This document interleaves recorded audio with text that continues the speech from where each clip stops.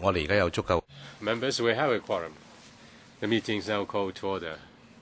Agenda item number 1, information paper issued since the last meeting. The Secretary has issued one information paper.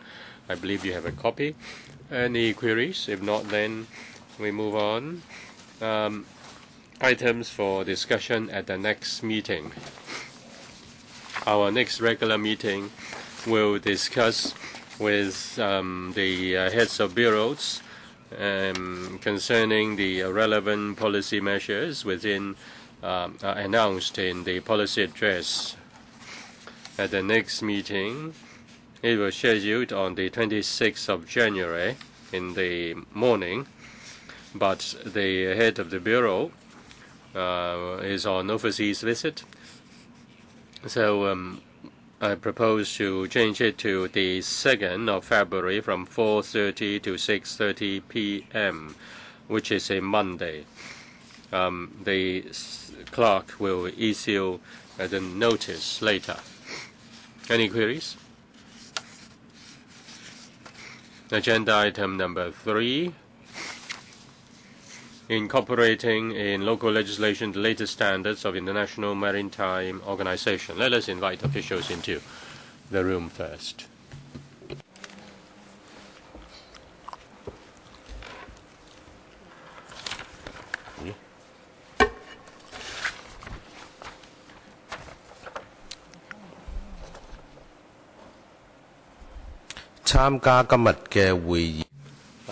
We have Ms. Chan, PAS DHB, Mr. So, AD Marine Department, Ms. Chan, AS DHB, Mr. Lai, Chief Marine Officer, Marine Policy, Mr. Fang, Senior Surveyor, Marine Department.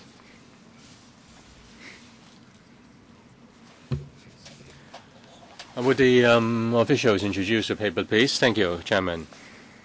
Today we are here to brief you on our legislative proposal in respect of the amendment of 3 regulations and enacting 1 new legislation under the Merchant Shipping Prevention and Control Pollution Ordinance, and they are to implement the International Convention for Prevention of Pollution from Ships, the MARPOL, and also the control of harmful anti-fouling systems on ships, the AFS Convention in short. As for the MARPOL, the amendments cover 3 areas: prevention of pollution by oil, by sewage, and by garbage. As for prevention of pollution by oil from ships, we propose to target at bigger oil tankers. On the structure, design, operation, higher standards will be set. Say, for example, oil tankers are required to provide a double bottom for its pump rooms to prevent the and also to prevent the leakage of oil. For oil tankers with fuel capacity of 600 tons will require double bottom. As for prevention of sewage, the international requirement is only applicable to vessels going international voyages and above 400 tons or carrying 15 or more people. We propose propose to upgrade the standard, and when passenger ships goes into a special area, there should be sewage treatment plant or a tank to keep the sewage, and we also require the speed of discharge or discharging the effluent. As for the prevention of garbage pollution, we propose to update the definition of garbage, expand the scope of garbage, restrict the disposal of garbage, and require specified ships to put up placards, have a garbage management plan, and a garbage record book. We also propose to make a new regulation to incorporate the AFS Convention. All the ships will be prohibited from using the organotin compounds in anti-fouling paints. Basically, local ships are able to meet such requirements. The majority of the proposed amendments have, in fact, been implemented in the international community. Hong Kong registered ships are able to meet such requirements. Therefore, the impact on local vessels are very limited. The Marine Department has consulted the stakeholders in the relevant industries, and they have no objection. Depending on members' views, we plan in the beginning of next year to submit the amended regulations and new regulation to the Council so as to upgrade our laws to international standards. Who would like to speak, apart from Mr. Ho? Mr. Ho is the only one. Well, if we end this item earlier, we can give more time to the next item.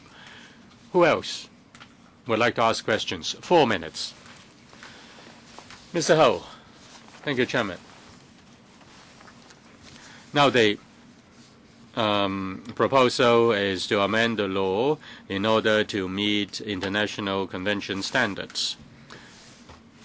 Now, ships registered in Hong Kong are able to meet that. And in fact, local vessels, which are mainly small, will not be affected. Can the administration provide us the data? As for vessels below 400 GTs, they belong to the majority, but how many are above 400 GT? And some fishermen have installed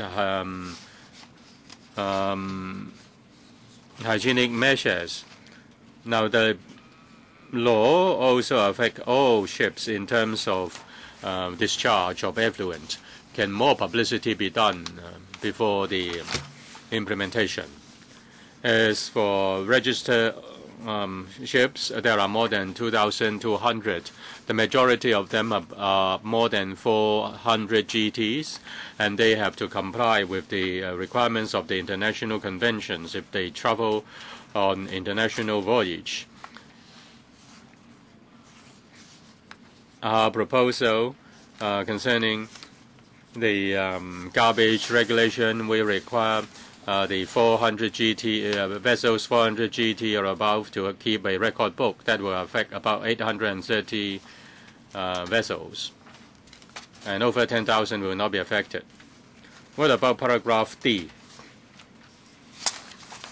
9D. In order to provide enhanced protection against leakage in the case of accident, oil tankers of 6,000 tons net weight and above for the carriage of heavy-grade oil should be constructed with double hull. Now, if all ships are included, then how can you deal with them if they have not installed that? Mr. So. Thank you, Chairman. Now, for local vessels, now, if they can take on heavy oil, and if they're over 600 tons, there are about 43 of them. Now, before the convention comes into effect, on 4th of May 2005, we already notified the ship owners that there is such a requirement. And for new buildings after 2005, April the 5th, if they take on heavy oil and over 600 tons, and they have to meet the requirement. Now, for vessels before April 5th, 2005, if they continue to load heavy oil, we carry out stringent inspections, and we check every occasion they are here, so to ensure that there won't be any deliberate or accidental oil leakage. Now, on the IFS Convention, now this was already effective in 2008, and the mainland, on the mainland it became effective 2011. And why is it that we wait so long to enact a regulation. Now, actually, it seems that Hong Kong has basically done every piece of work required. Is it that we have been slow? Any official? Ms. Chen? Thank you. I thank Ms. Yu for his question. He is correct. The convention now for Hong Kong registered ocean-going vessels and other vessels registered in Hong Kong are already in compliance. Now we have a lot of work to deal with, so we have set priorities. Now we agree that for some international conventions we have been rather slow in legislation, so we have been working closely with the DFJ in that regard. Now, in February this year, we applied at the FC for funding to set up a task force comprising 5 lawyers to deal with the amendment regulation. So we hope that the relevant legislation can be tabled as quickly as possible. So it's not just this regulation, there are others in the queue. So are there many such cases left? We thank Mr. Yu. Now, when we reported to the FC in February this year, we said that there were 7 conventions, international conventions, which require quite major amendments to our regulations. Now, they are quite technical, and so we need a lot of manpower, and we reported to FC that we needed a dedicated team, and the team will be for 28 months starting from February. And regarding the amendment work for the relevant international conventions, we hope that will be dealt with quickly. Now, Hong Kong is an international city, and a lot of vessels go in and out. So for these 7 conventions, please come to LegCo as quickly as possible. Is 28 months your target? When we went to FC, we said that we hope to complete the amendment work within the 28 months. Now, for the protection of the marine environment, we need to strengthen our legislative supervision so that we can align with the international practice, given that Hong Kong is an international maritime center. So we need to step up on the supervision. Now, on enforcement, for vessels that come into Hong Kong waters now, is there a standard of inspection? Do we trust in their standards? Now, if the vessels come into Hong Kong do not meet the standards, what are your penalties? How will you deal with that? Now, if other countries' vessels come into Hong Kong, we follow a mechanism under the Tokyo Memorandum to inspect these ships. We usually inspect 15% of the vessels every year. If we discover non-compliance, we require that they fix the matter before they leave the port. Now, if they do not fall within the 15%, and if by chance you find that they don't meet our standards, how will you deal with that in terms of penalty, because they are committing the offense deliberately? Sometimes they do not commit the offense on purpose, and we notify the society and the country and the support, and if the situation is serious, we will prosecute them. We prosecute them according to Hong Kong law, right? Is there international law that it applies at the same time to these vessels? Now, our local laws are basically in line and based on international laws. Hong Yin.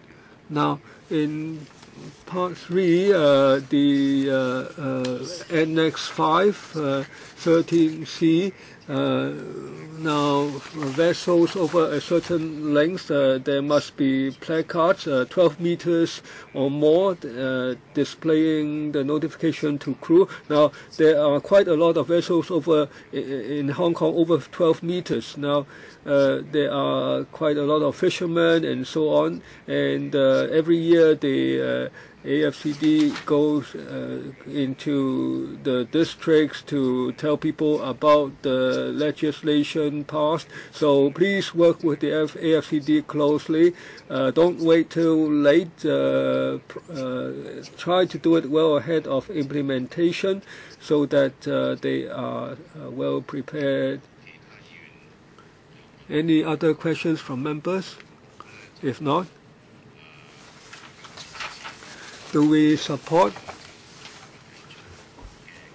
the proposal tabled today by the administration? We are agreed. So we thank the 5 officials for joining our meeting today. We are in support of the proposal. Thank you. 跟住下一個項目呢，就係同2間電力公司進行嘅週年電費檢討。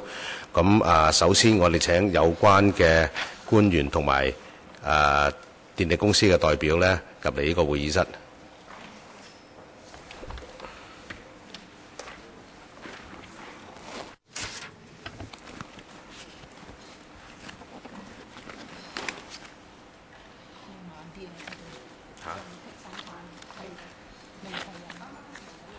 唔緊要。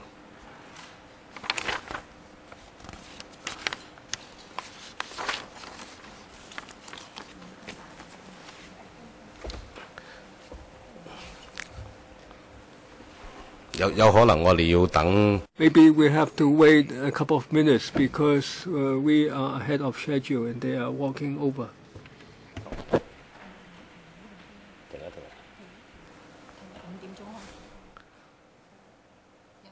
我哋不如暫停會議5分鐘，我哋響。Let's take a recess of 5 minutes. We will resume at 5.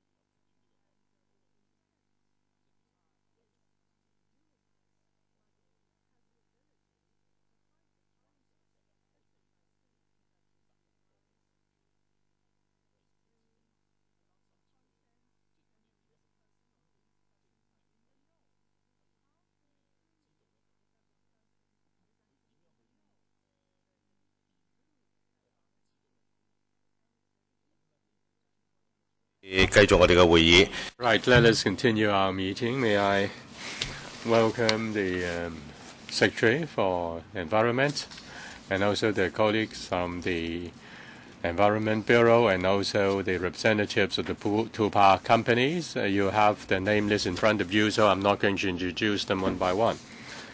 Welcome to you all. First of all, if I may, maybe let me do it this way. The two power companies will make a presentation on today's issue.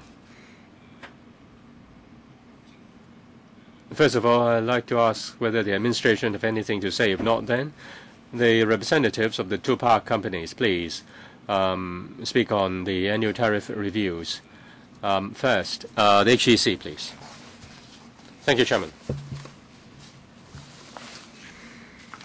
Last year, the HEC announced its 2014-2018 development plan last year, and it proposed to freeze its tariffs in the coming within those 5 years. We are able to honor our promise. Next year, we'll continue to freeze tariff. 2 years in a row, tariff remains unchanged. Tariff covers two areas: the basic tariff and then the fuel adjustment clause. Basic tariff is affected by operating costs and material cost, and there are increases. Therefore, we have to slightly increase the basic tariff rate by 0.8% per unit. The decline in fuel price has enabled us to reduce the fuel adjustment cost, and therefore it can offset the increase in basic tariff rate. As usual, in the coming years, we'll continue to provide highly reliable power supply and quality service. We'll also control our cost. If we are able to work according to our plan and freeze our net tariff until 2018, that means from 2008 to 2018, tariff only increases by 5.9%, which is far less than inflation in the same period. We have a lot of work to do before we can achieve this hard-earned results. I'll ask Mr. Yu to speak on the 2015 tariff review. Mr. Yu, please. Thank you, Mr. Wan, and thank you, Chairman. Members of the Council. In 2013, the HEC announced in this Council that we hoped that from 2014 to 2018, within 5 years, the net tariff remains unchanged. In 2014, we froze the net tariff in comparison to 2008. Net tariff only increased by 5.9%, which is and it is far less than 23%, which is the inflation rate of Hong Kong. According to our promise, after 2014, in 2015, the second year in a row, we are going to freeze our net tariff. The 560,000 odd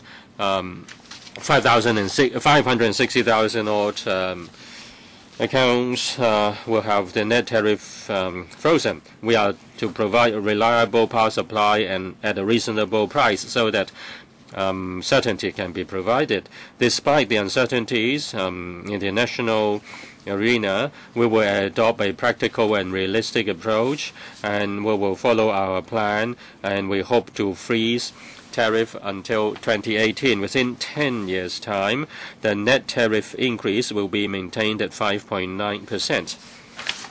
In 2015, the BTR, basic tariff rate, is increased as a result of material costs and other operating costs.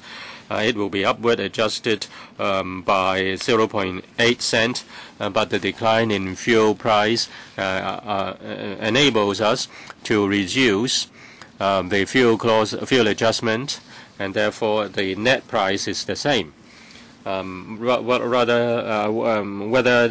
they are the residential accounts or commercial accounts, the tariff will remain unchanged. About 50% of our clients may use electricity less than 350 units. If you look at the right-hand side, if they use 350 units, the amount of money, the amount of tariff is $361.3. The average cost is $1.03. Under a progressive arrangement, if the usage is less than 100 units, then each unit is as low as 8.86 or 88.6 cents. The blue table represents the commercial users. If they use no more than 1,700 units, and then the tariff is $2,307.4. They account for as many as 70% of our commercial accounts. Now we care for the underprivileged.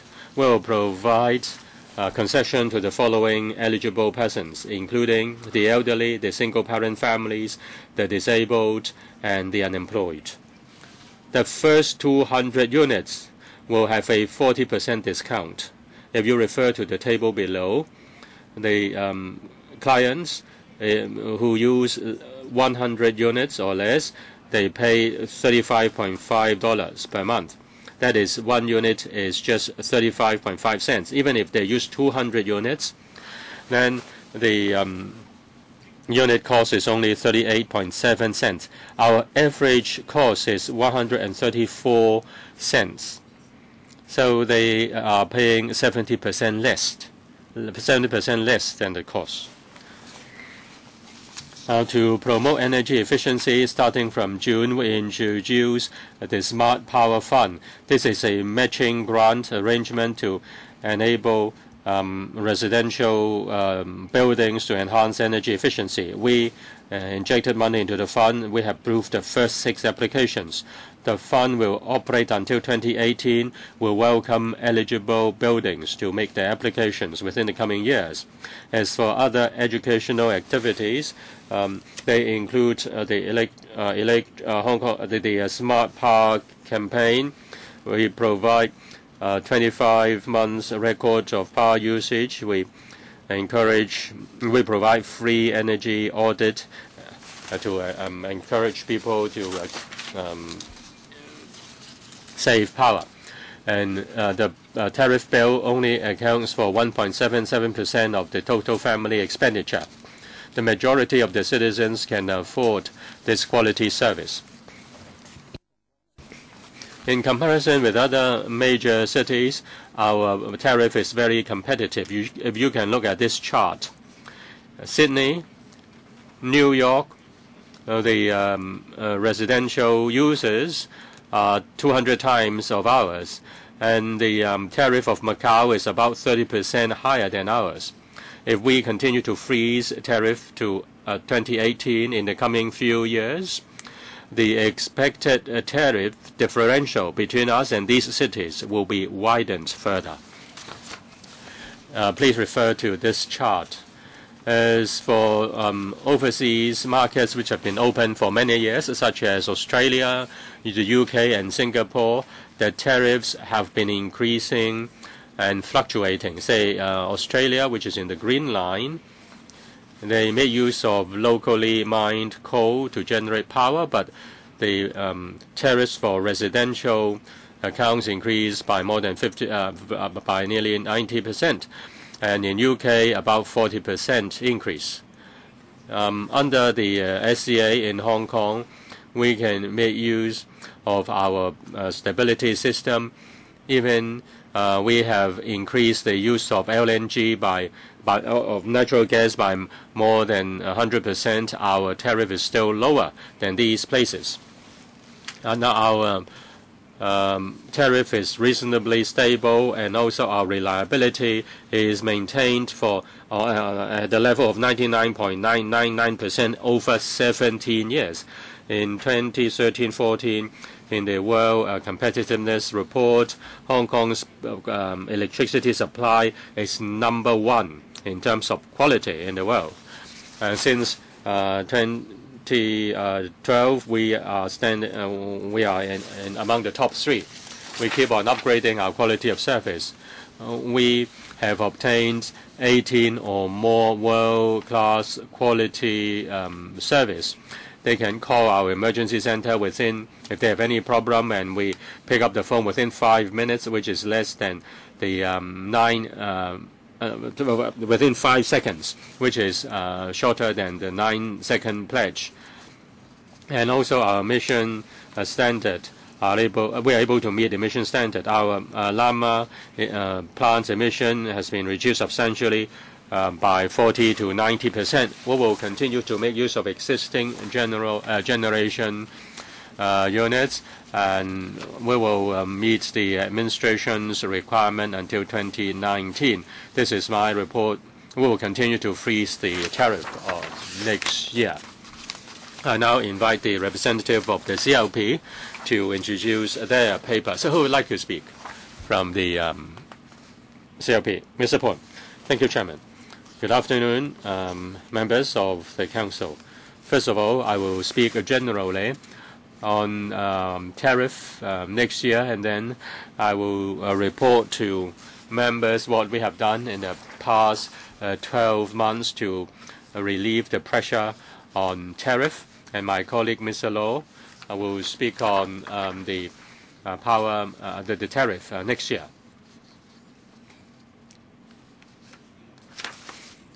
All along, we are committed to provide safe, reliable power service and maintain tariff at a reasonable level.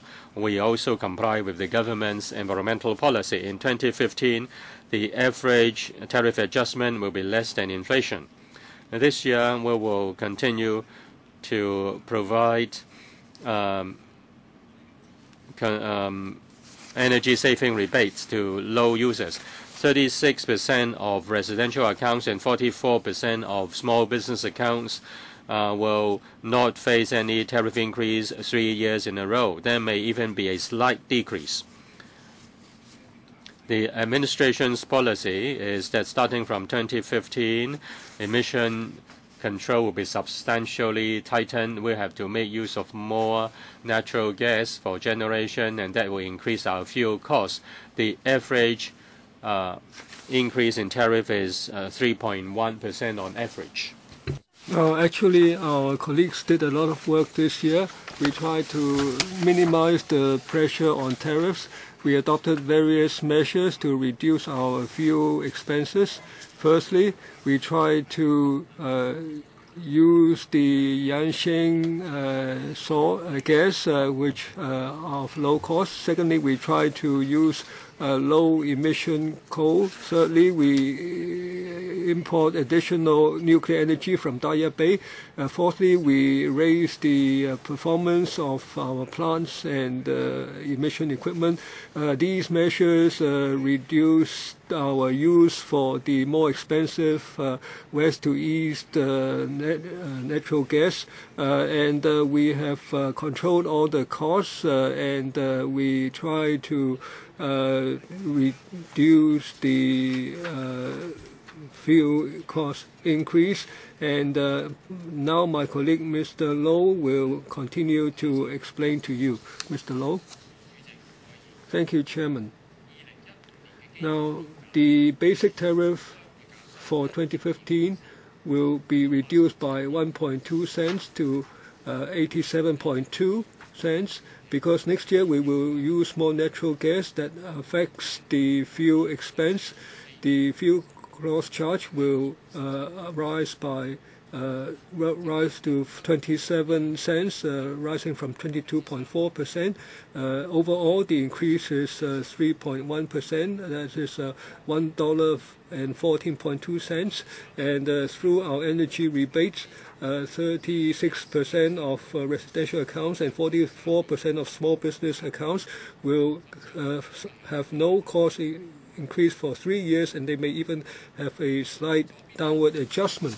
Now, in the chart on the left, the CLP tariff is very competitive internationally, and you can see on the right hand side chart that our reliability is far ahead of other international cities.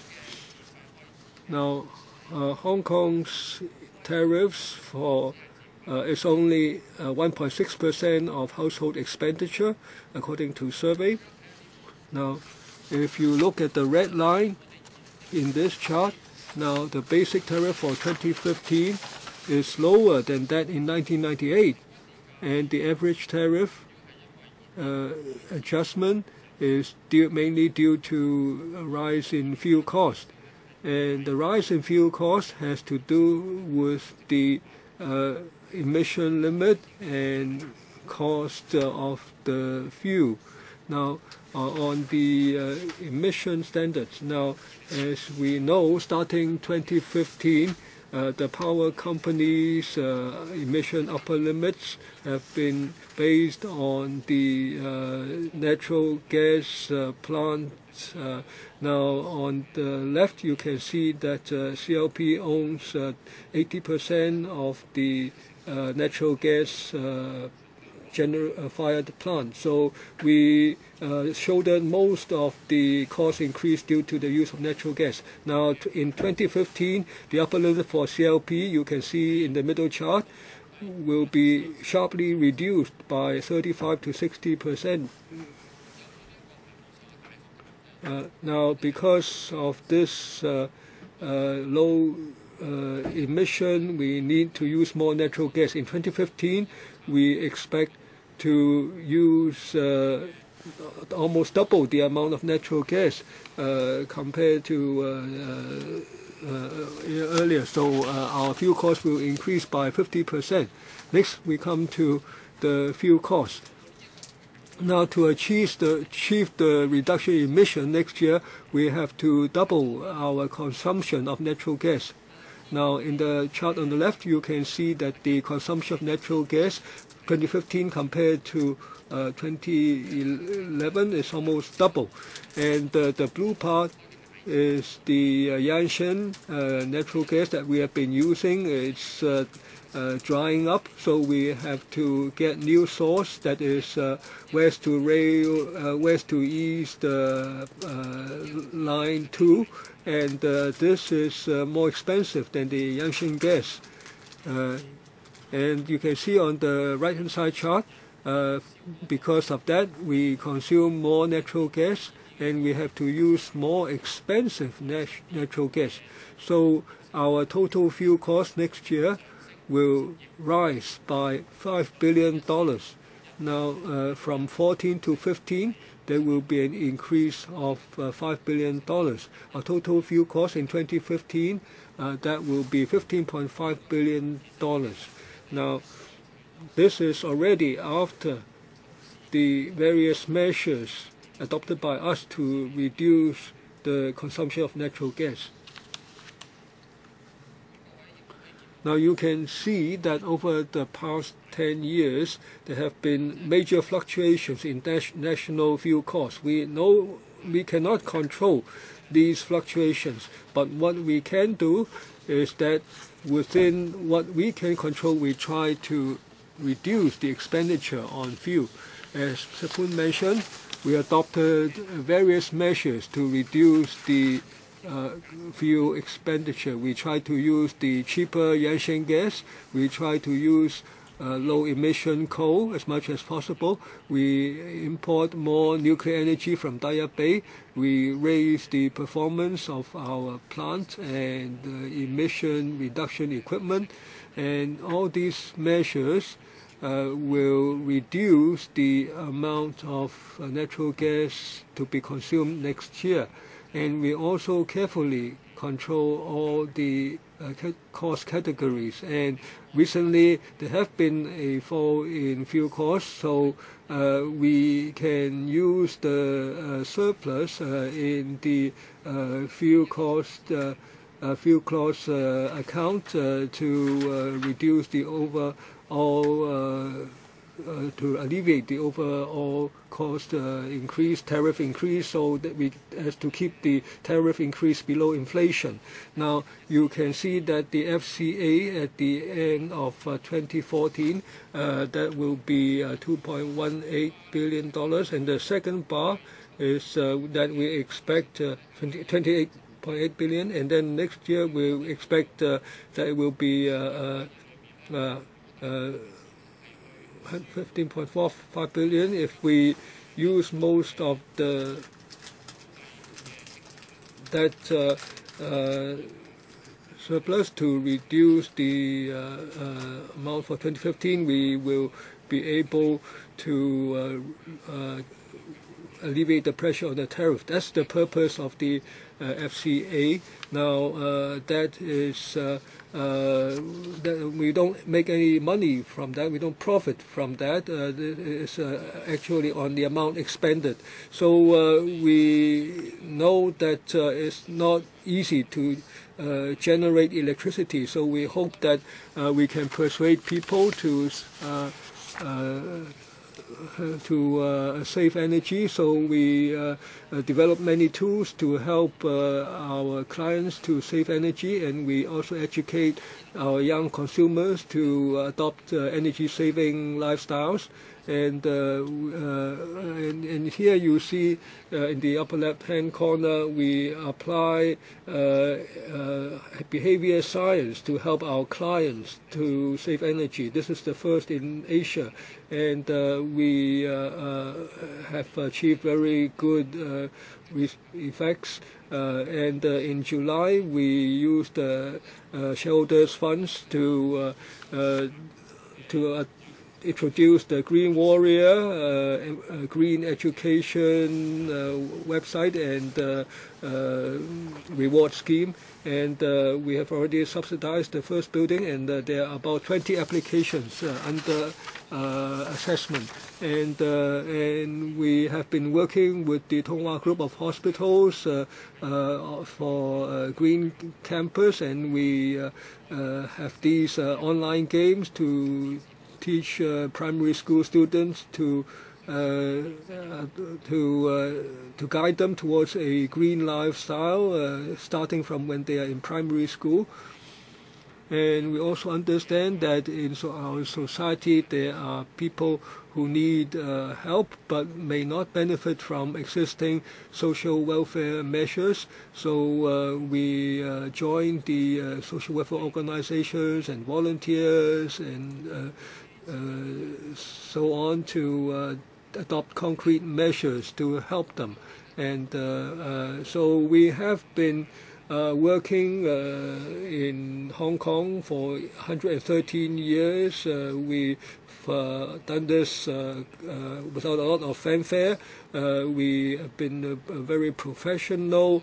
We have tried to meet our commitment to society to provide reliable electricity and show our concern for the community, and we gather the stakeholders' views in order to improve our performance further. And now question time. 梁啟昌、冼聰楷、郭偉、張華峰、郭永恆、Tan Ka Piu, Albert Chen, James Tan, Fernando Cheung, Wong Kwok Heng, Ann Chang, Ip Chi Ming, Lee Chuk Yan, Elizabeth Quack, and Yu Si Wing. 4 minutes each. I'd like to remind you that 4 minutes includes both question and answer. If you want the representative or the official to give you a solid answer, please keep your question short. At the end of 4 minutes, I will terminate your time slot. Sin Chung Kai first.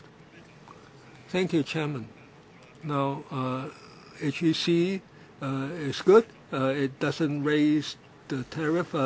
Now, CLP raised by 11.8% last year, and now it gives us a nice surprise, only 3.8%.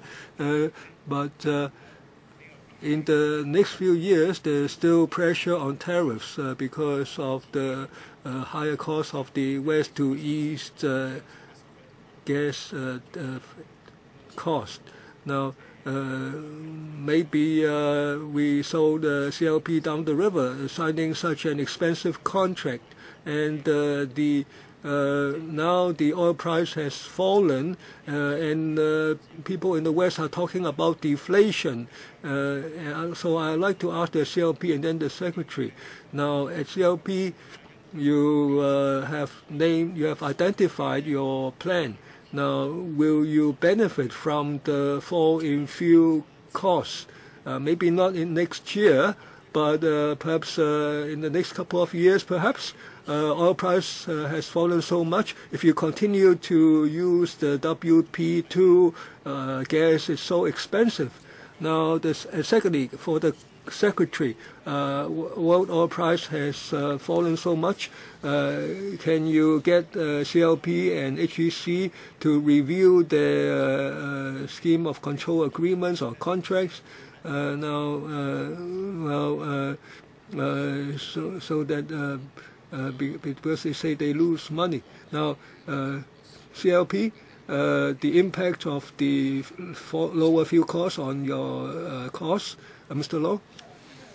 Now, international fuel costs have fallen, and that does help our cost expenditures, our fuel expenditure, but the benefits ultimately goes to the consumer.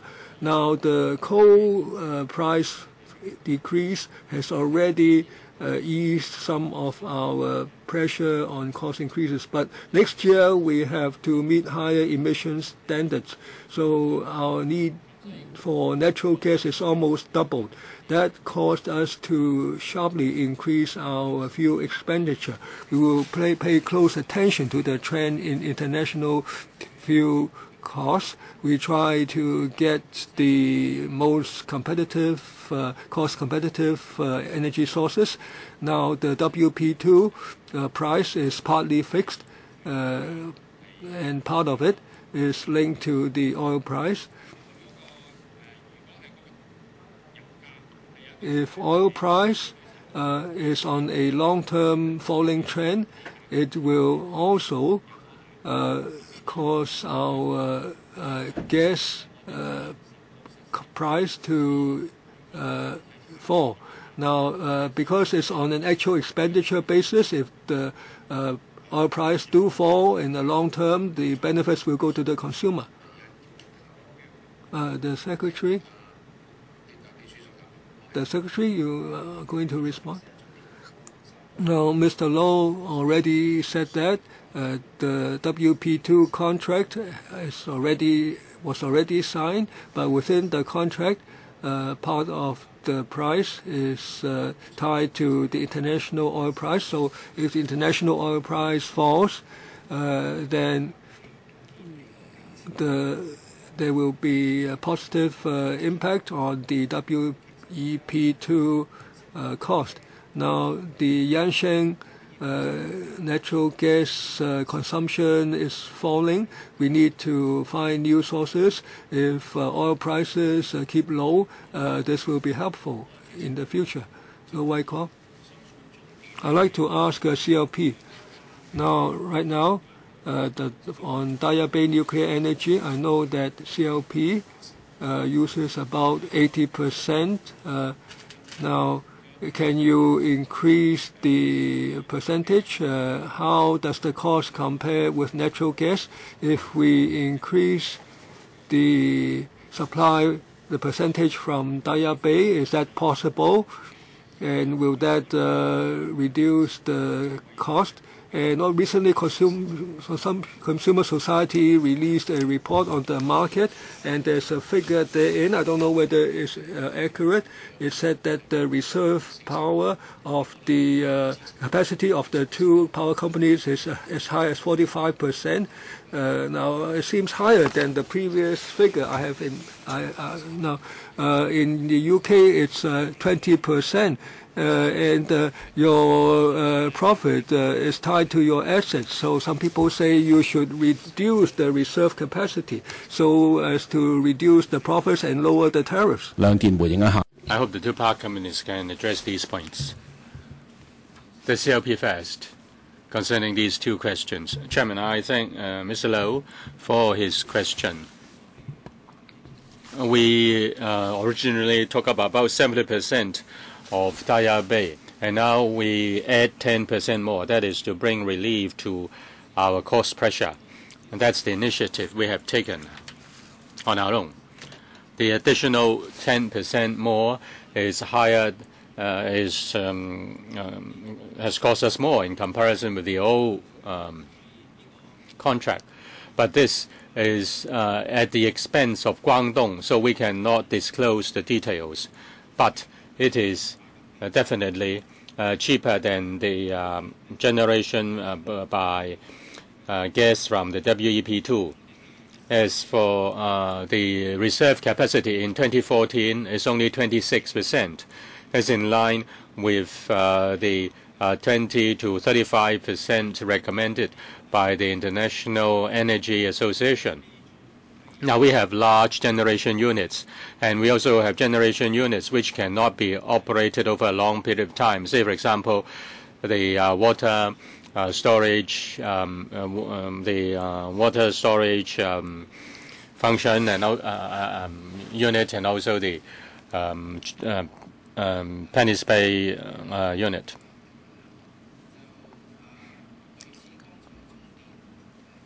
The HEC. I think the point is similar to that of the CLP. If you look at the numbers, it's really 40-odd%. But 5 simple cycle gas turbines were relocated in 1980-89 to Lama. And then engines were added to them. The 5 generators have capacity, a total capacity of 555 megawatts. Within the license of the issued by the EPD, these units cannot be used under normal circumstances. They can only be used during extraordinary times, and they have to be phased out by 2019. If we take away the 555 megawatt generators, then the research capacity is only 23%. Our system is much smaller than the CLP, so 23% is really on the low side. The CLP has not answered my question. Can further nuclear power be purchased? Although time is up, I hope I can ask the question again. Mr. Christopher Chung. Because of Occupy movement, the administration has reduced the economic forecast of Hong Kong.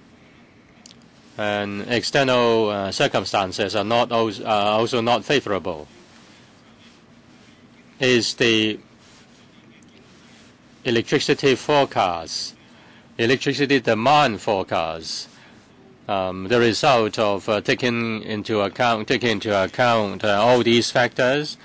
Have you overestimated the demand so that you can overinvest and increase tariff? Will the HEC delay the 3 billion project of building an other gas generator unit? Mr. Wan, I beg pardon. Concerning our current tariff review, with regard to electricity demand next year, we have not taken into account the Occupy Central movement. As for the need for any gas turbine or gas generator, we have to look at the current situation as well as future changes. Within our current generator units, L1 and L2 cogeneration units will reach the 35-year lifespan in 2017. After discussion with the administration, we can extend the use of L2 by 5 years. As for L3, it will reach the life expectancy by 2018, and GT, another one expire at 2020, and the other 2022, 2023. They are more than 35 years of lifespan. By 2020, do we need an additional generation unit? If you take away L1 and L2, there will be 500 megawatts less. The simple cycle gas generators will be retired very soon. Now the L10 is to compensate the generation capacity because of phasing out of the old generators.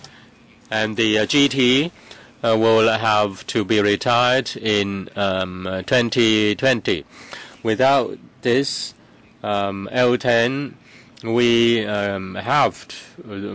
must have the L10. Mr. Dennis Kwok. I have a question for the Policy Secretary. If you look at the study report in 2005, quite a lot of coverage was on creating an open market and separating transmission from generation. Looking at the consultation on fuel mix, the major emphasis is on making use of buying grid power from the mainland or increasing the natural gas generation in Hong Kong, natural gas power generation in Hong Kong. Nothing has been said on opening up the electricity market or separating transmission from generation. Does it mean that the administration has given up the idea of separating transmission from generation, or is the administration still considering that? If the answer is the affirmative, can you be more definite on comparison between separating generation from transmission or linking up with the mainland grid? Which one is better? Is there any such analysis? Many people are concerned about buying power from the mainland. Now, we rely very much on the mainland in terms of water supply.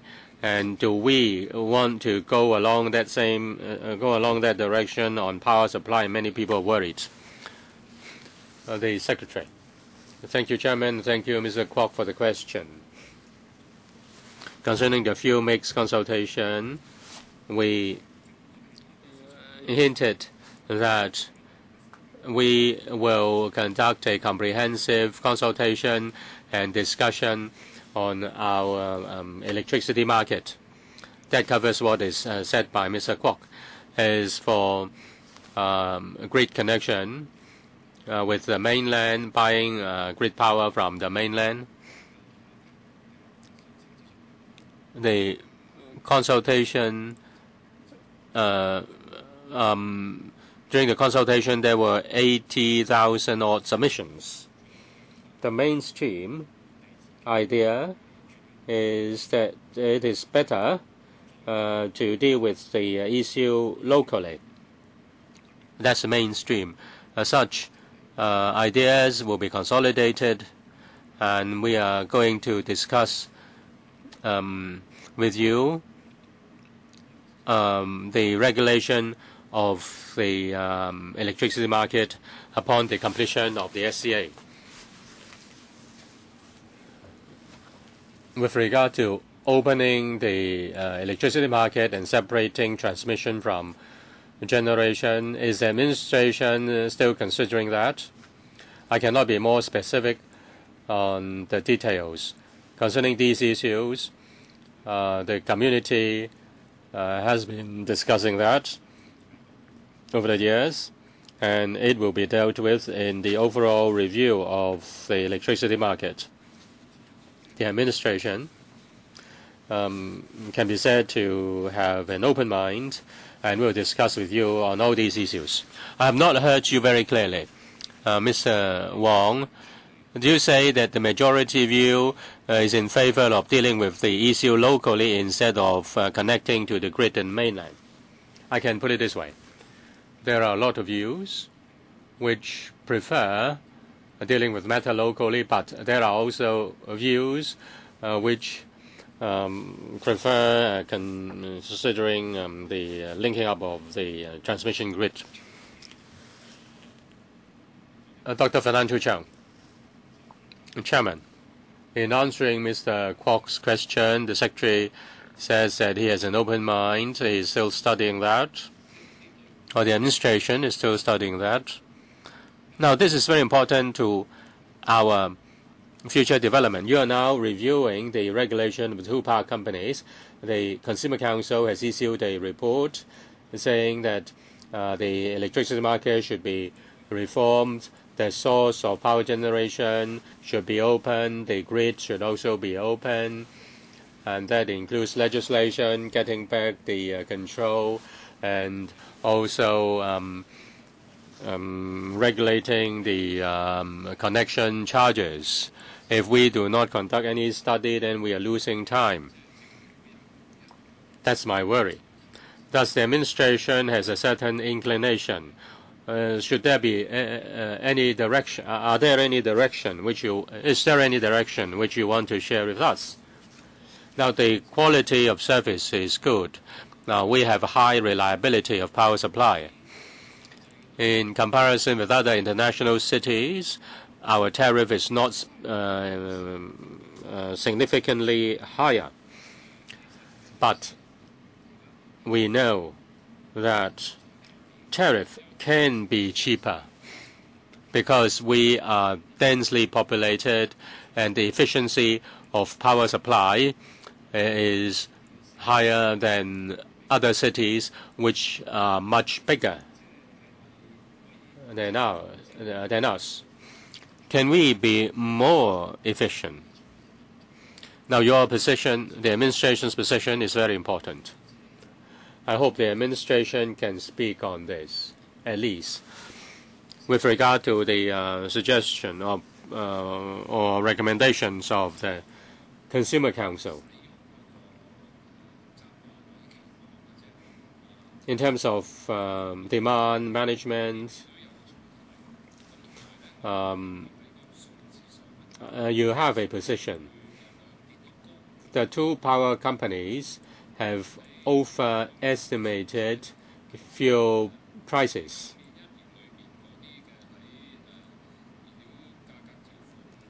The adjustment from the fuel clause recovery account is bigger than the expected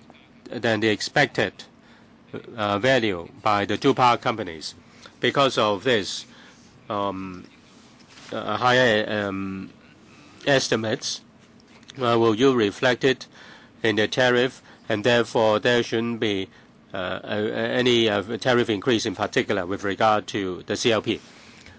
Mr. Wong, the question is about the tariff adjustment of the coming year.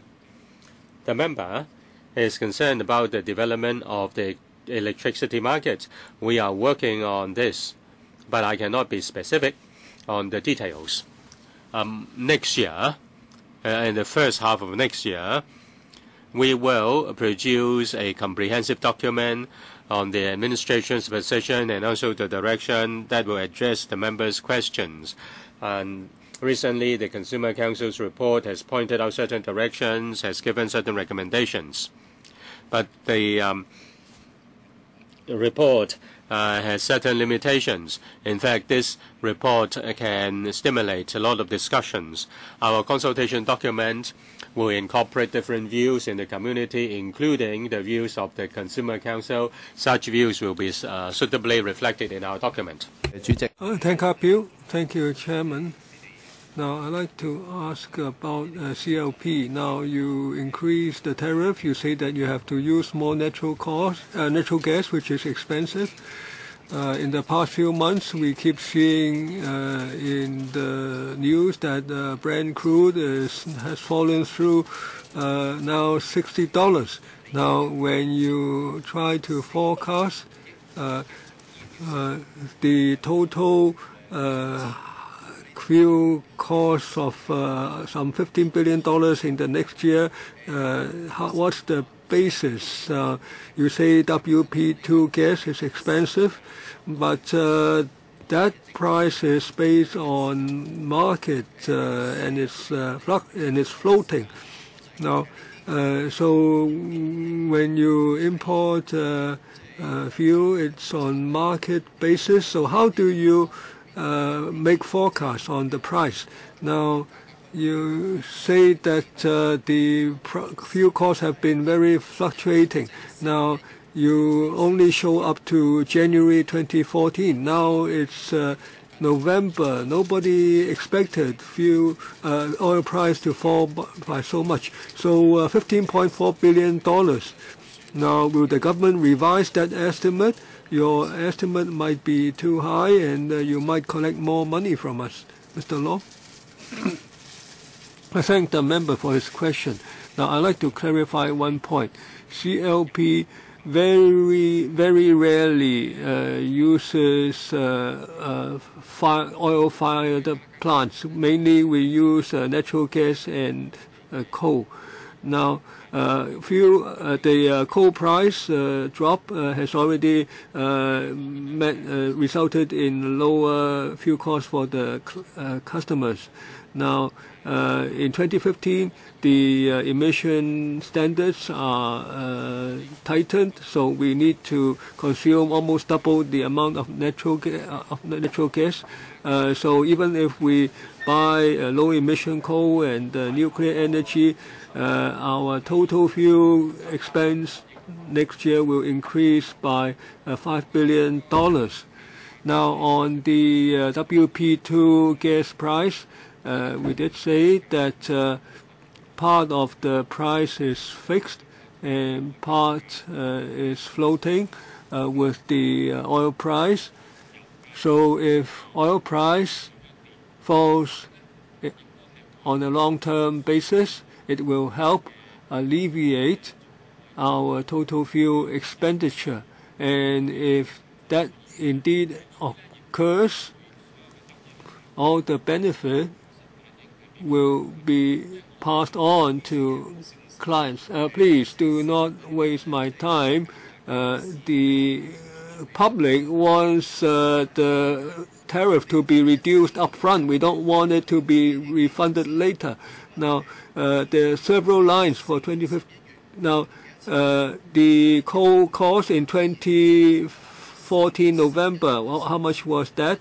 And the import cost from Japan was the level and the trend. What was the basis? Which month was it based on? How do you make your forecast? We don't have a crystal ball, Mr. Chairman, to forecast the future fuel cost trend. Now, we can see that there are fluctuations. So why don't you give the actual figure? I'm asking about November. Mr. Law, do you have the figure? If not, can you provide that a little later?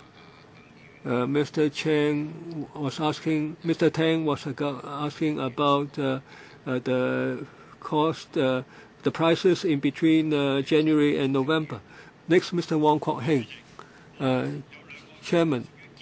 Now, I have two questions that are kind of structural. First question for the two power companies, and the second for the Secretary. Now, the first question for the two power companies. Now, right now, CLP says that there will be a 3.1%. HEC says there will be a freeze. I welcome those. Now, but there's a structural problem. We know that those who are grassroots families who live in subdivided units, coffin-size units. Now, whether you raise or freeze the tariffs, they don't get the benefit because the landlord charges this the amount anyway. Now, can the two power companies do some research and find some ways to help these consumers who are at the bottom echelons of our society so that they actually do benefit from your freeze or small increases, because they haven't benefited. Now, according to the Secretary for Housing, who released the long-term strategy today, there are over 80,000 of these households in Hong Kong, mainly in the poor areas of our city. Second structural question for the Secretary. Now, right now, the HEC doesn't increase. CLP increased by 3.1, so we all emit a sigh of relief. So has the administration made use of this window of opportunity to expedite the structural program? We cannot let the two power companies to have sole control over the market and influence the tariffs. Now, right now, the franchise is 9. Gives the SCA is 9.9, and they can take it to the maximum. Now, do you have new energy supply source? First, Mr. Wen, how do you help the grassroots? Now, for the grassroots members of society, we already have done a lot. Now, my colleague has identified that in the PowerPoint. Firstly, our cumulative tariffs. For instance, 100 kilowatt hours or below, it's 88 cents. That's almost 75% lower than the average tariff. And those on CSSA, they pay 35.5 cents, and that's even lower.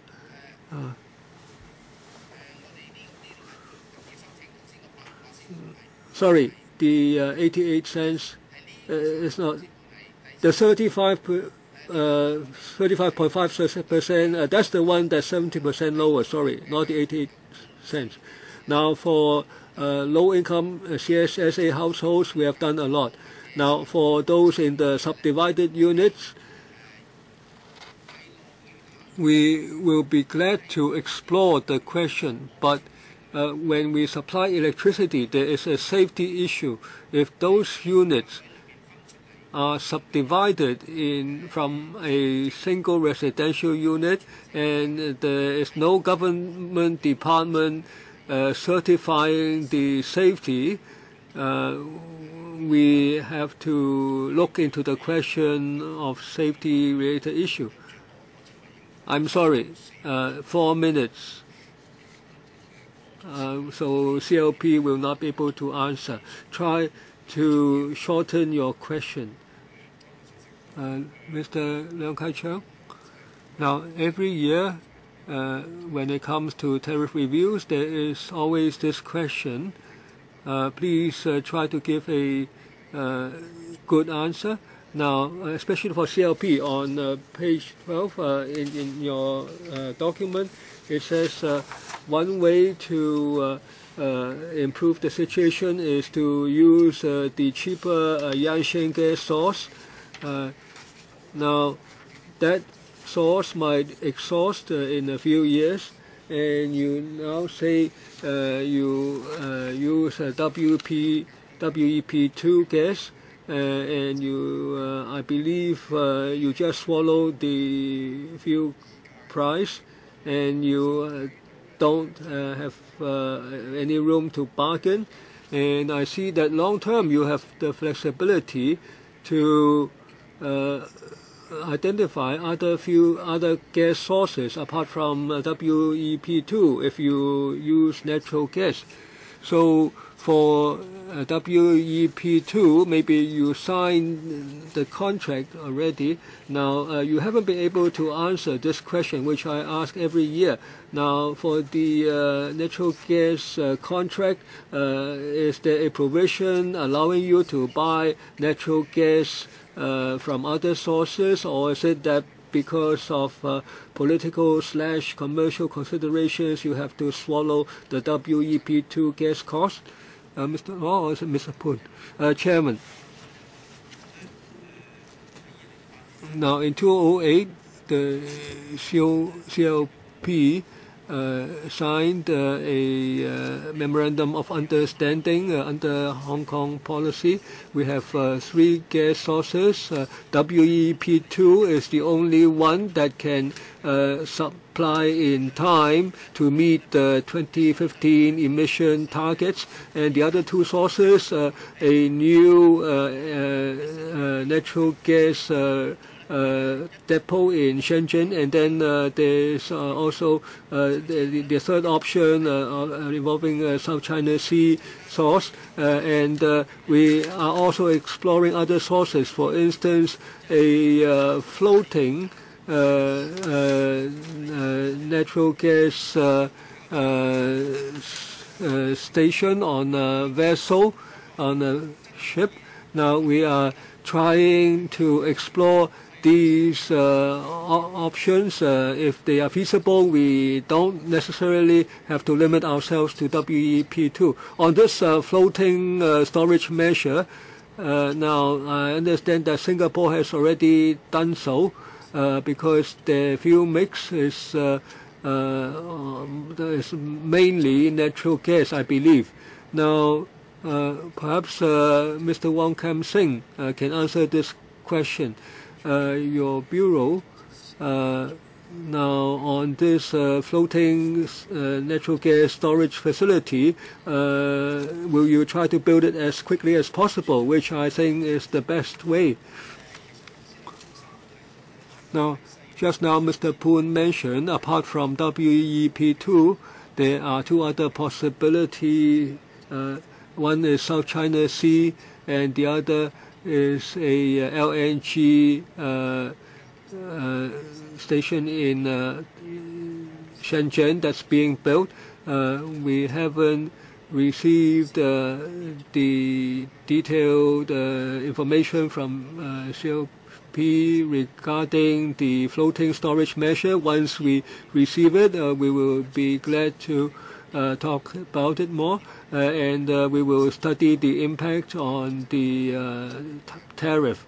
Perhaps CLP can be asked to provide an estimate if these infrastructural projects are launched, what is the total investment? Will you be able to supply the figure? We are only doing the preliminary study. It involves technical and commercial considerations, and these floating natural gas depots can be leased as well as purchased.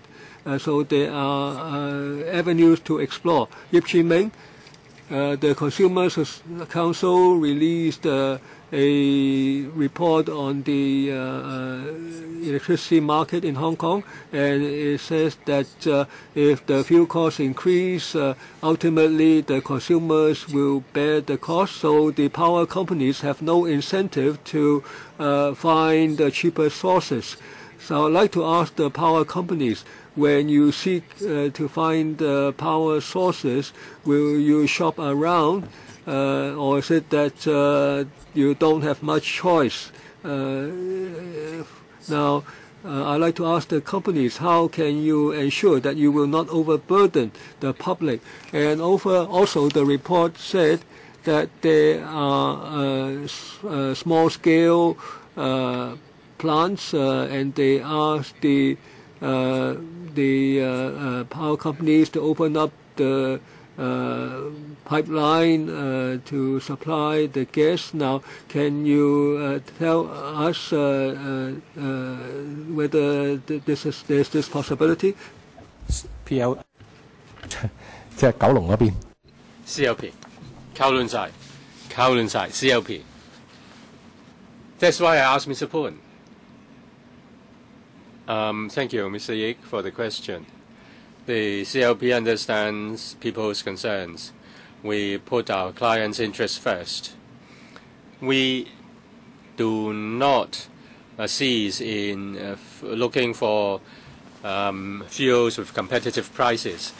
As early as 20 years ago, we introduced nuclear energy and the Yacheng LNG to protect our environment. Last year, we tried very hard to get low-emission coal to reduce emission. We are working every minute to find cheaper fuel sources and while meeting the emission standards. Mr. Wan. Thank you, Chairman. Let me give you an example, Mr. Yik. Expenditure on fuel cost is our primary concern. In the past 10 years, our fuel adjustment clause account is negative. We are not able to get what we should get. If we are able to suppress the fuel cost, that's very important. As for buying gas, now I have 2 gas contracts. In one contract, the gas is less than $5 per gigajoules. Another price is $80. The contract is affected by time and other circumstances. Now, there was a contract signed in 2002. At that time, oil price was very low, at about $20. That was very cheap. In 2009, we signed another contract. Oil price was more than $110. Therefore, gas price was high. That's only our problem in Hong Kong. Similar power companies in other parts of the world face the same problem. We are working hard to find other sources, including South China Sea. We worked on this for 6 years. Yesterday, there was an announcement. South China Sea has started producing gas. Yes, you are working very hard. The Secretary, have you done any study? Thank you, Mr. Yik. Concerning diversifying the power generation, when we look at opening up the market, we have considered this issue. Later, we will discuss it with you. Ms. Elizabeth Catt.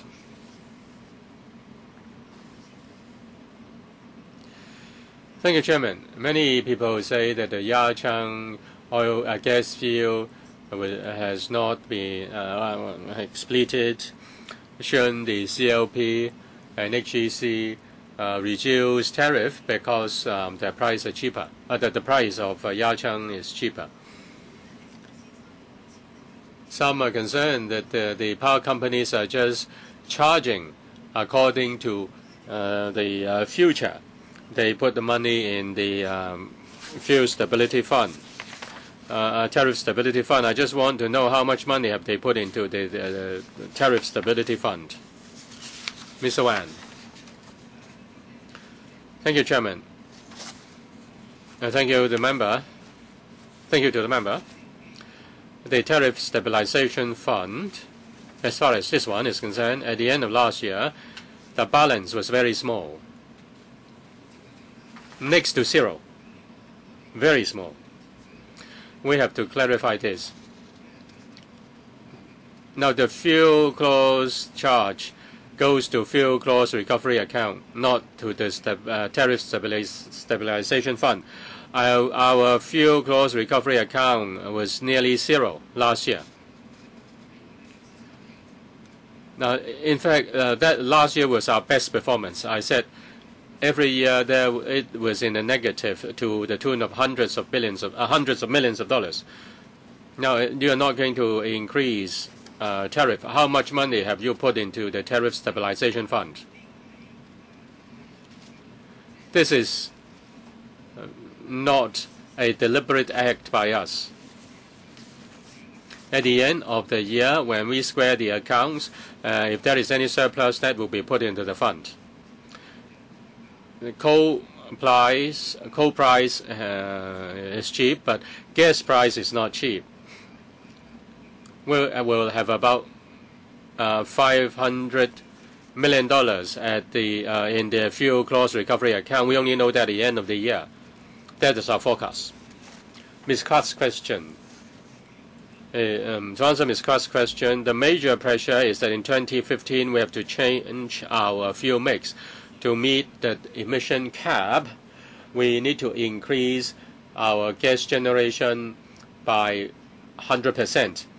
And the gas comes mainly from WEP2, which is more costly. Now, with 1 year's hard effort, we had 2.88 billion in the fuel clause recovery account, and we will spend 2.33 billion to bring relief to the increase in tariff. That has achieved the objective of using the account. Now, I want to ask the Secretary, according to the Consumer Council, the administration allows the two power company to get returns which is risk-free, and therefore this is unfair. This is capitalizing on the weakness of the consumers. Now, concerning the SCA, it is a contract. They will last until 2018. Now we need to work within the framework of the contracts. The Consumer Council's report is forward-looking. It adopts a gradual approach beyond 2018. How a suitable balance can be achieved after that? Mr. Yu Xiwing. Everybody knows that profit is under control, and profit is linked to capital expenditure of the power companies. The administration has a very important duty to consider whether the expenditure on capital assets is reasonable. One generator will cost $3 billion. Is there any control on that? What is the standard of control? What is the utilization rate of these generators? What is the percentage? Mr. Lau, the Deputy Secretary. Now, the two power companies have 5-year plans, and in the 5-year plans, they have capital asset or capital investment proposals, and we consider their proposals. If they want to increase their capital expenditure, we will consider whether there is such a need, whether it's too early, whether it's reasonable. We also have energy experts assisting us to look into the proposals. In the existing 5-year plan, we have already cut some of the proposed units. As for reserve margin, in the coming few years, the reserve margin will decline to about 20 to 30%. According to international experience, the level is about 30 to 40%. We believe the present arrangement is reasonable.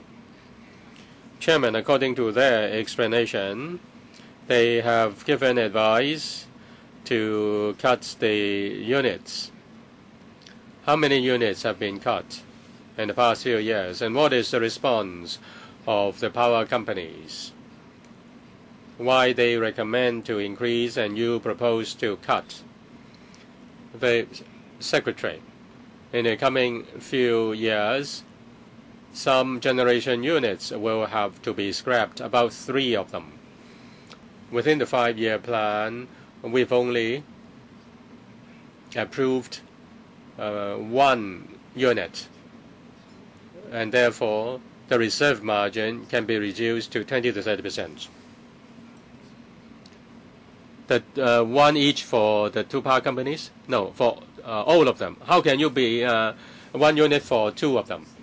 One company asks for 3, and we cut it to 1. What about the other? There is no need.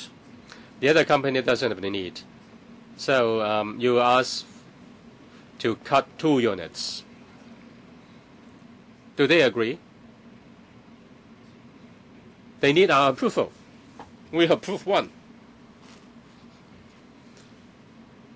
Mr. Lam Tai Fai.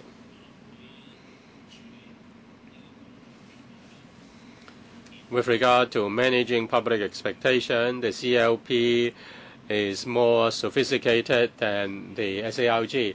Earlier on, they said they would increase the tariff by 4% or 5%. Now they just propose to increase it by 3.1%. That's very good management of public expectation. Acceptability has increased substantially, and resistance will be substantially reduced. But after all, it is a tariff increase, and people will not be happy.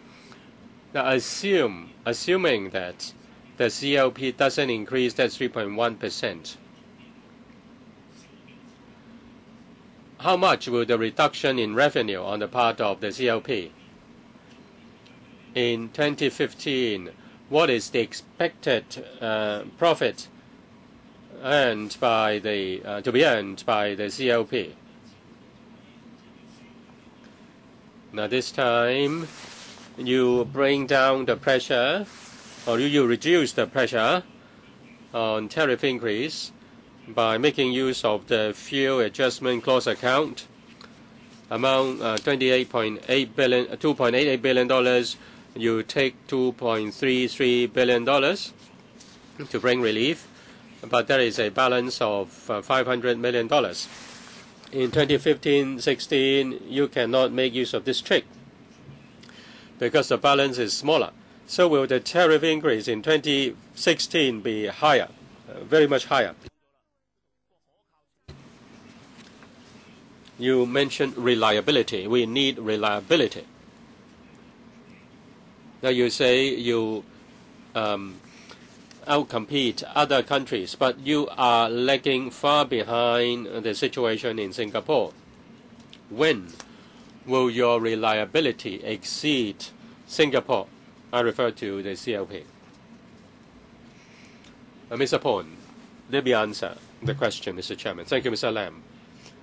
The pressure of tariff increase comes from fuel cost. We need to meet the cap. Now, it doesn't affect fuel cost doesn't affect our profit.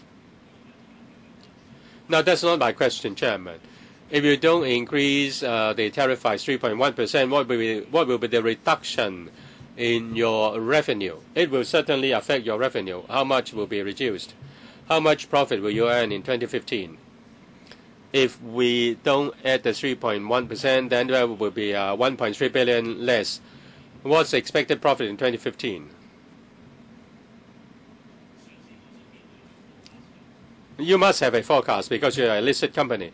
We cannot forecast our profit. Then people won't buy your shares. You must be careful in your answer. That will affect your share price tomorrow. You need to be careful.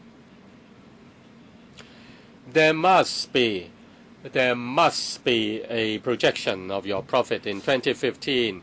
People buy the future when they buy shares. If you have the information in hand, you better not answer if you then guessing. I have to declare interest. I will sell the CLP shares because they can't get any guarantee of profits. They have high dividend. Chairman, if I may answer the question, different listed companies have different approaches. The CLP doesn't make any profit forecast. That's our established practice. Mr. Lee Cheuk-yan, the CLP doesn't have a profit forecast, but the shareholders will have the shareholders do have confidence because they can increase tariffs. The government gives the green light. It is a sure win situation. The SCA is in fact a profit guarantee scheme. It seems that I'm advertising for CLP, but this is a fact. In 2014, the $3.64 billion of profit. In comparison to 2013, an increase of 7.5%. Next year, CLP is very good at one thing. Now, at the beginning of last year, it expected a sharp cost increase this year and said it wants to increase by 11%.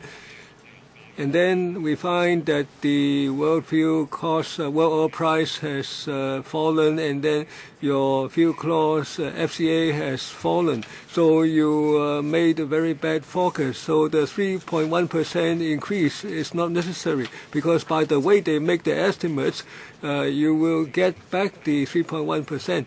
You look at your 5-year development plan. You said we have 1.4 $2 billion in the FCA balance, and yet you end up with $2.88 billion, and then $2.33 billion you use it to reduce the so-called fuel increased pressure. Now you use the 3.3 something billion. Now actually your error in your forecast was over $1 billion. Now the 3.1% next year, we will again recover that in your FCA. Now the natural gas contract says that the price will fall with international oil price, so you don't have to increase by $1.3 billion. Perhaps the secretary should have talked to them. Now your forecast was so widely off last year, and now you have a sharp fuel increase. The FCA will certainly cover the $1.3 billion. Now, Mr. Secretary, you are the gatekeeper. Why is it that EXCO allowed them the fuel increase? You should see that fuel cost will decrease next year. Mr. Secretary, have you been the gatekeeper in this regard? Now, the two power companies have made forecasts on the fuel cost, and we asked the energy consultant to look into those estimates, and the result is that they find it reasonable. But they were widely off the mark last time. You say the energy consultant says it's okay, so the regulator is wrong and the estimator is wrong. We know energy costs fluctuate wildly. Even today, compared to 2 weeks ago, it's a very big difference. Now, because of these wide fluctuations, we need a fuel clause recovery account. That's the reason we have it. This way we even out the tariffs. Now, if the estimate for fuel cost is high this time, the FCA will increase, and that will help the tariff next year. Now, the power companies have to pay interest to the consumer on the FCA. Your time is up, Chung Kwok Pen. Now, having heard the power companies, they say they try to use different means to identify cheaper sources so as to stabilize the tariffs or try to reduce the increase to a minimum. We know that nuclear energy is cheapest and has lowest emission. Now, can I ask the two power companies, will you try to increase the nuclear power supply in the future? Now the fuel mix issue, we already explored this aspect. Now there are safety concerns, stability concerns, environmental concerns. Now our concern at the time is such that we think the increase in natural gas is our main thrust, and we also try to identify new energy sources. So that's the basis of the discussion. Now, I ask the two power companies, are you willing to use more nuclear energy rather than natural gas? Because natural gas costs fluctuate wildly. And if you want to stabilize supply and you want to control the cost, then nuclear energy is the most stable. Now, I don't know if the two power companies can provide the answers. The Consumer Council, in its report, has new proposals. Are you willing to use more nuclear energy? Mr. Poon first. Perhaps I'll also answer Mr. Low Wai Kwok's earlier question on whether we can import more nuclear energy from Daya Bay. Now, we already get 80% from Daya Bay, so in the summer peak season, we are already getting the maximum. So given this technical constraint, we cannot get 100% of Daya Bay supply. In the long term, if we want to explore more nuclear energy imports, we can explore that, but that depends also on the government policy and on technical considerations. How about HEC? Mr. Wen? Thank you, Chairman. We thank the Chairman and Mr. Chung's for his question. Now, HEC supplies only to Hong Kong Island. If it imports from other places, it needs undersea cable, and our consumption is limited. If we are the only one to receive the nuclear power, there would be economical and practical considerations. If on whether Hong Kong takes this route, this in part depends on the views of other stakeholders and of the public. Now, we are a participant in this market. We will consider the government policy and preference by the public. The simple answer is, like CLP, we think that if the SAR government has such a proposal that benefits Hong Kong, we will be glad to study it. Before I ask questions, I will draw a line. Two members will ask in the second round. You will each get 2 minutes. If necessary, we can expand the meeting by several minutes. Are we agreed? Okay. I'd like to ask the Secretary. Now, all along, we have supplied our opinions that the supply of power to the Hong Kong public must be, firstly, stable, secondly, cost-effective to an acceptable extent, and it must also be environmentally acceptable for the city. Now you are undertaking so-called consultation.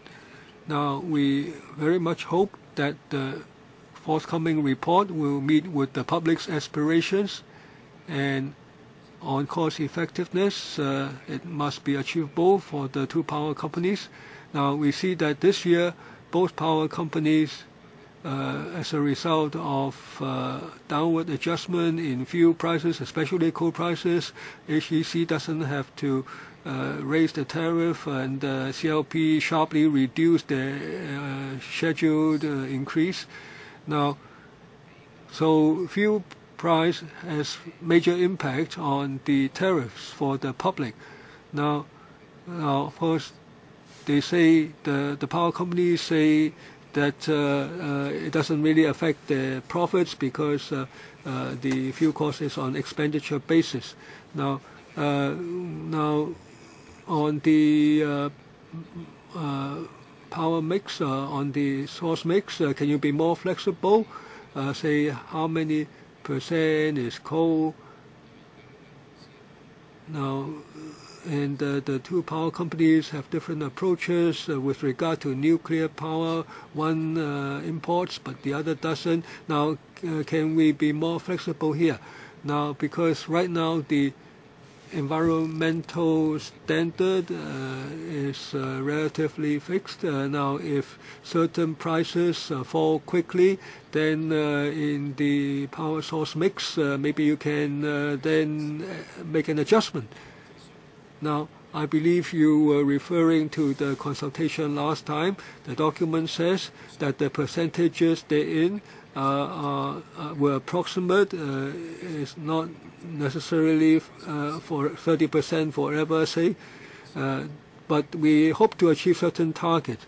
For instance, by a certain time, we hope to reach a total carbon emission of so much, a certain air quality. So these are absolute objectives, and power generation is an important part of that. And of course, there is flexibility in the power source makeup. Now, coal and gas-fired plants are by different plants.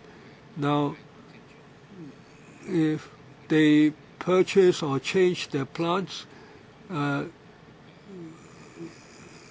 you give them greater flexibility to make an adjustment. Now, I think you are talking about details now on whether a plant is gas or coal-fired. Now, if they, so long as they meet our objectives, that there can be flexibility on the percentage, relative percentage. Now, the cost effectiveness is most important because we want the public to benefit. Because if the fuel price is cheap, you then use that kind of fuel, and certainly that will reduce the burden to the public. So you should try to strike a balance with regard to the environment. Loh Wai Kok, 2 minutes. Now the government has new green measures, including the handling of sludge and the incinerator to turn waste into energy. We hope that these can be implemented soon. Now, turning waste into energy, that might connect to the grid. Now, is there already an understanding or even agreement between the power companies and the government in that regard? Mr.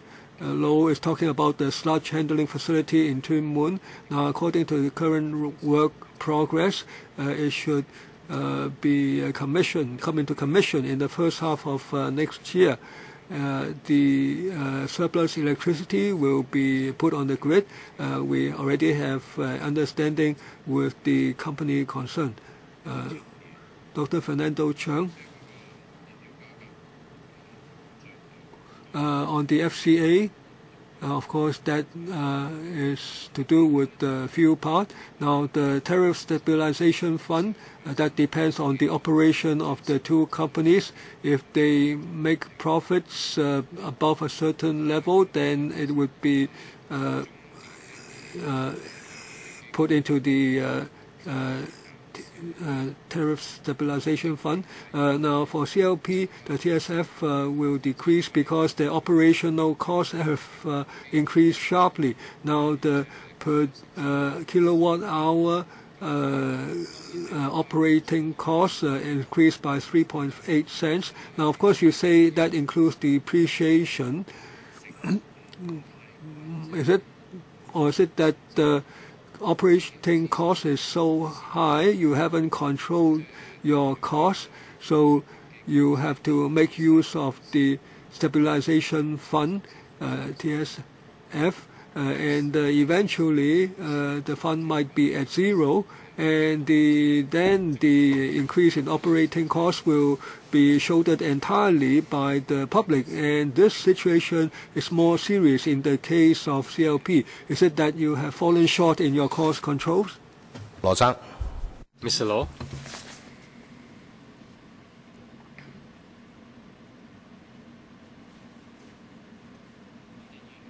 Thank you for the question.